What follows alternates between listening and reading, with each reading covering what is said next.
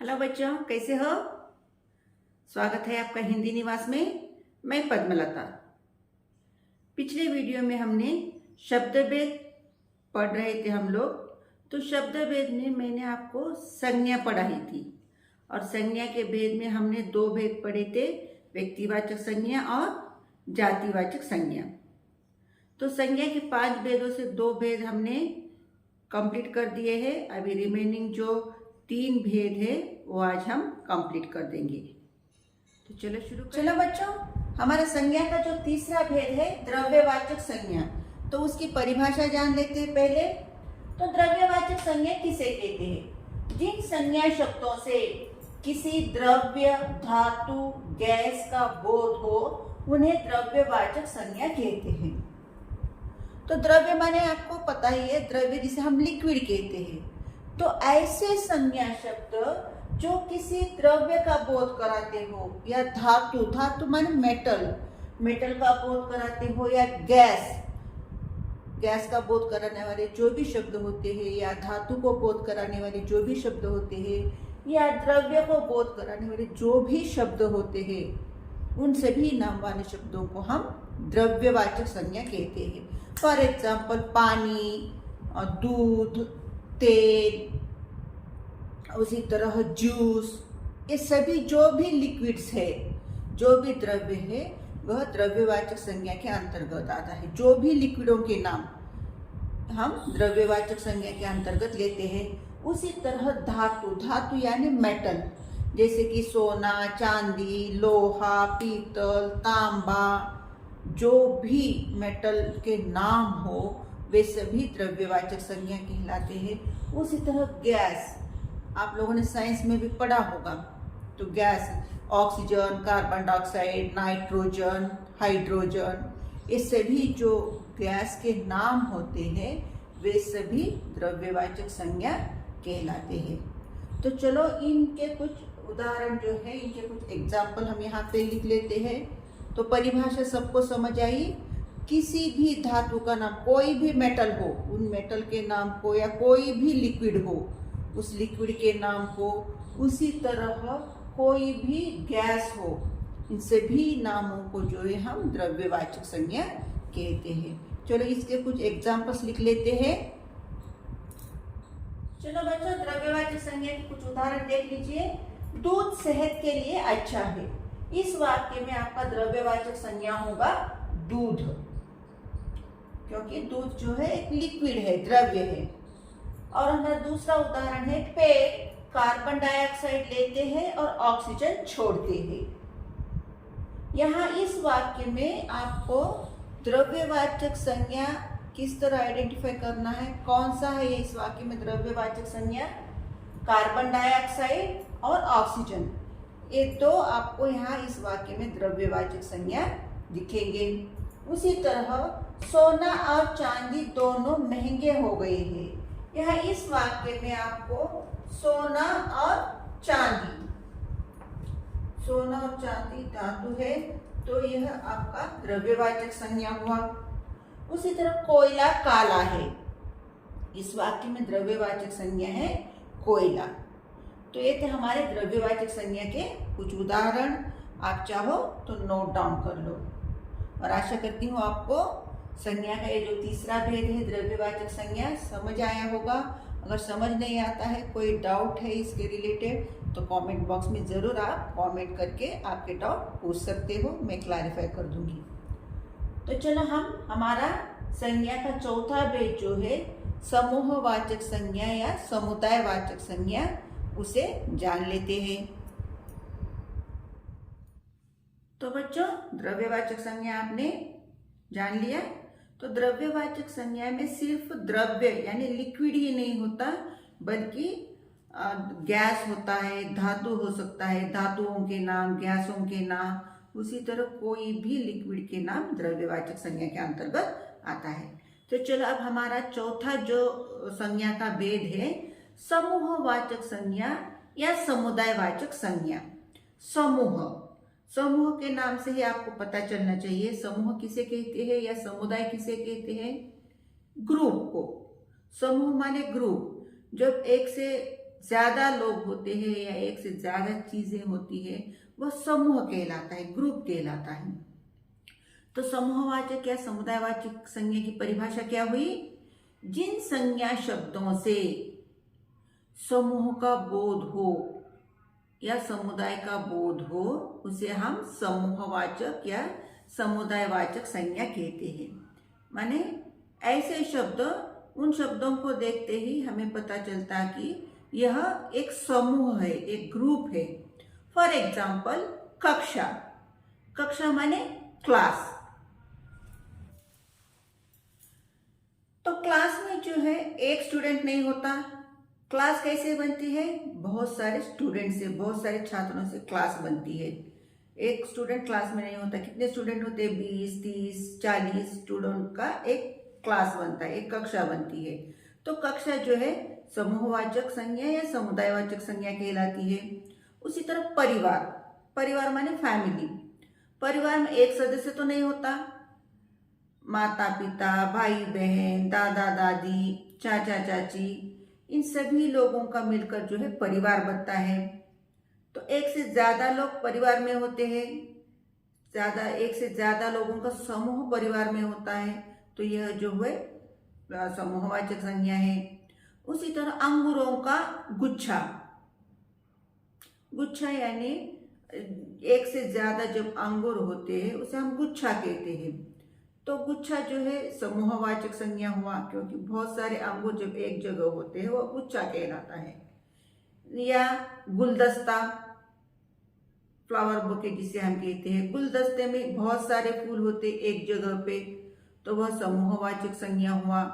उसी तरह भीड़, भीड़ माने क्राउड, मतलब बहुत सारे लोग जब एक जगह इकट्ठा हो गए तो भीड़ बन गई, तो भीड़ जो है समूहवाचक संज्ञा हुआ।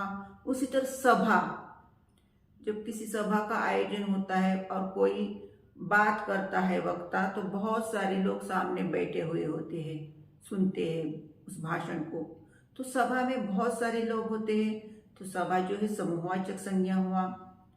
तो इस तरह ऐसे जो शब्द है समूहवाचक संज्ञा या समुदायवाचक संज्ञा कहलाते हैं। तो चलो अभी हम इसकी परिभाषा लिख लेते हैं और इसके कुछ उदाहरण भी लिख लेते हैं। तो देखो बच्चों, हमारा संज्ञा का चौथा भेद जो है समूहवाचक संज्ञा, जिसे हम समुदायवाचक संज्ञा भी कहते हैं।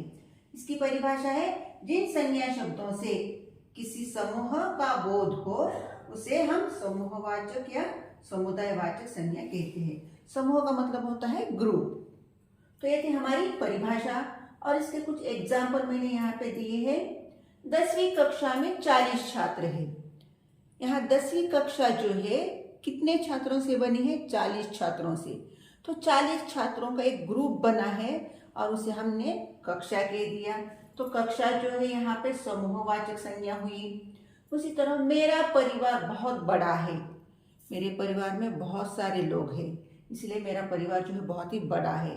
तो यहाँ परिवार जो है समूहवाचक संज्ञा कहलाती है। राम मेरे लिए गुलदस्ता लेकर आया। यहाँ इस वाक्य में आपका जो समूहवाचक संज्ञा होगा गुलदस्ता। गुलदस्ता आपको मालूम है बहुत सारे फूलों से बनता है, फ्लावर बुके हम जिसे कहते हैं, जो हम फंक्शंस को ले जाते हैं। तो राम मेरे लिए गुलदस्ता लेकर आया, तो गुलदस्ता जो है यहाँ समूहवाचक संज्ञा हुई। उसी तरह भीड़ में लड़कियां भी थी, यहाँ भीड़, भीड़ जो है समूहवाचक संज्ञा हुई, क्योंकि बहुत सारे लोग हैं वहाँ पे, बहुत सारे लोगों का समूह है वहाँ पे, ग्रुप है, इसलिए भीड़ जो है समूहवाचक संज्ञा हुई। इस तरह समूहवाचक या समुदायवाचक संज्ञा के कुछ एग्जाम्पल है, आप चाहो तो नोट डाउन कर लो। तो आपको समझ आया समूहवाचक संज्ञा किसे कहते हैं? तो जो ग्रुप होता है, समुदाय होता है, ऐसे ग्रुप वाले जो भी शब्द है वे सभी समूहवाचक संज्ञा कहलाते हैं। तो चलो हमारा संज्ञा का आखिरी भेद पढ़ लेते हैं, जिसका नाम है भाववाचक संज्ञा। तो चलो बच्चों, हमारा संज्ञा का जो 5वां भेद है उसे देख लेते हैं। हमारा संज्ञा का 5वां भेद है, कौन सा भेद है 5वां? भाववाचक संज्ञा। तो भाव, मैंने पिछले क्लास में मैं आपको बताया था, भाववाचक, भाव मैंने हमारे अंदर के जो फीलिंग्स है, चाहे खुशी, गम, हंसना, रोना, दुख, ये सभी को जो है हम भाव कहते हैं। तो भाववाचक संज्ञा की परिभाषा क्या हुई? जिन संज्ञा शब्दों से किसी के गुण, दोष, अवस्था का बोध हो उसे हम भाववाचक संज्ञा कहते हैं। गुण मतलब उसकी जो अच्छी क्वालिटी होती है उसके अंदर, किसी व्यक्ति के अंदर, वह गुण कहते हैं हम उसे। और दोष मतलब उसके अंदर की जो, किसी व्यक्ति के अंदर की जो बुराई होती है उसे हम दोष कहते हैं। उसी तरह अवस्था, अवस्था माने स्टेज। तो जिन संज्ञा शब्दों से किसी के गुण, दोष, अवस्था का बोध हो उसे हम जो है भाववाचक संज्ञा कहते हैं। फॉर एग्जाम्पल, राम की लंबाई श्याम से अधिक है। यहाँ लंबाई मतलब हाइट, दोनों के हाइट का यहाँ पे कंपैरिजन किया है, तो लंबाई जो है आपका भाववाचक संज्ञा हुआ। सीता की आवाज में मिठास है, मिठास यानी स्वीटनेस, सीता की आवाज में मिठास है, यहाँ मिठास जो है आपका भाववाचक संज्ञा हुआ। तो मिठास मतलब भाववाचक संज्ञा जो है किस जातिवाचक संज्ञा से भाववाचक संज्ञा बनाया जाता है, उसी तरह विशेषण से भाववाचक संज्ञा बनते हैं। तो मीठा जो है यह एक विशेषण है, और मीठा शब्द से जो है उसका, मीठा शब्द का भाववाचक संज्ञा में रूपांतरण कीजिए अगर पूछा जाए तो मीठा से बनता है मिठास। ओके, तो सीता की आवाज में मिठास है, तो मिठास जो है आपका भाववाचक संज्ञा हुआ। उसी तरह प्रेमचंद ने गरीबी में अपना बचपन बिताया। हाँ, इस वाक्य में जो है गरीबी और बचपन, बचपन जो है एक अवस्था है, एक स्टेज है, तो प्रेमचंद ने गरीबी में अपना बचपन बिताया। यहाँ इस वाक्य में भाववाचक संज्ञा दो आती है, एक जो है गरीबी और दूसरा जो है बचपन। तो इस तरह के जो भी शब्द है सभी भाववाचक संज्ञा कहलाते हैं, जैसे कि कंजूसी, अमीरी, गरीबी, लंबाई, चौड़ाई, मोटापा, बुढ़ापा, उसी तरह चापलूसी, ये सभी शब्द जो है भाववाचक संज्ञा के अंतर्गत आते हैं। तो चलो बच्चों, अभी से हम लिख लेते हैं इसकी परिभाषा, और इसके कुछ एग्जाम्पल्स यहाँ पे सेंटेंस मैंने दिए हैं, आप चाहो तो नोट डाउन कर लो। तो चलो लिख लेते हैं बच्चों। हमारा आखिरी संज्ञा का जो भेद है भाववाचक संज्ञा, इसकी परिभाषा है जिन संज्ञा शब्दों से किसी के गुण, दोष, अवस्था का बोध हो उसे भाववाचक संज्ञा कहते हैं। चाहे अच्छे गुण हो या कोई दोष हो, अच्छा हो या बुरा, जो भी हो, तो किसी के गुण, दोष, अवस्था का बोध कराने वाले जो भी शब्द है वे सभी भाववाचक संज्ञा कहलाते हैं। फॉर एग्जाम्पल, सरिता को बहुत गुस्सा आता है। सरिता के अंदर का जो दोष है गुस्सा, तो यह गुस्सा जो है भाववाचक संज्ञा के अंतर्गत आता है। राम की लंबाई श्याम से ज्यादा है। लंबाई मतलब हाइट, लंबा शब्द से लंबाई बना, तो राम की लंबाई जो है श्याम से ज्यादा है, तो लंबाई जो है भाववाचक संज्ञा है। प्रेमचंद का बचपन गरीबी में बीता। यहाँ पे जो है बचपन और गरीबी, ये दो शब्द जो है भाववाचक संज्ञा कहलाते हैं। सीता की आवाज में बहुत मिठास है। यहाँ इस वाक्य में जो है मिठास शब्द जो है आपका भाववाचक संज्ञा हुआ। तो इस तरह मैंने भाववाचक संज्ञा के कुछ यहाँ पे एग्जाम्पल दिए हैं, आप चाहो तो नोट डाउन कर लो। तो बच्चों, शब्द भेद का हमारा जो पहला भेद है संज्ञा, हम लोगों ने पिछले क्लास में और इस क्लास में कंप्लीट कर दिया है। हम लोगों ने संज्ञा किसे कहते हैं, संज्ञा के कितने भेद होते हैं, इसके बारे में जाना विस्तार से। तो आशा करती हूँ कि आपको जो है संज्ञा टॉपिक अच्छी तरह से समझ आया होगा। अगर किसी को समझ नहीं आता है तो आप कमेंट बॉक्स में ज़रूर आपके डाउट पूछ लीजिएगा, मैं आपको क्लैरिफाई कर दूंगी। और आपको ये वीडियो पसंद आता है तो लाइक कीजिए, शेयर कीजिए और प्लीज़ सब्सक्राइब कीजिए और अपने दोस्तों से भी सब्सक्राइब करवाइए। और हमारे शब्दभेद के बाकी जो भेद है हमने एक ही सिर्फ कंप्लीट किया है, संज्ञा जिसे हम नाउन कहते हैं। तो बाकी के जो 7 भेद है वे आगे एक एक टॉपिक कंप्लीट करते जाएंगे। और इसके साथ ही हम जो है हर एक क्लास के जो है लेसन्स भी कंप्लीट कर देंगे। तो नेक्स्ट वीडियो में आपको मैं लेसन पढ़ाऊंगी, किस क्लास का लेसन पढ़ाऊंगी मैं आपको बाद में बताती हूँ। तो आज का क्लास हम यहीं ख़त्म करते हैं बच्चों, धन्यवाद।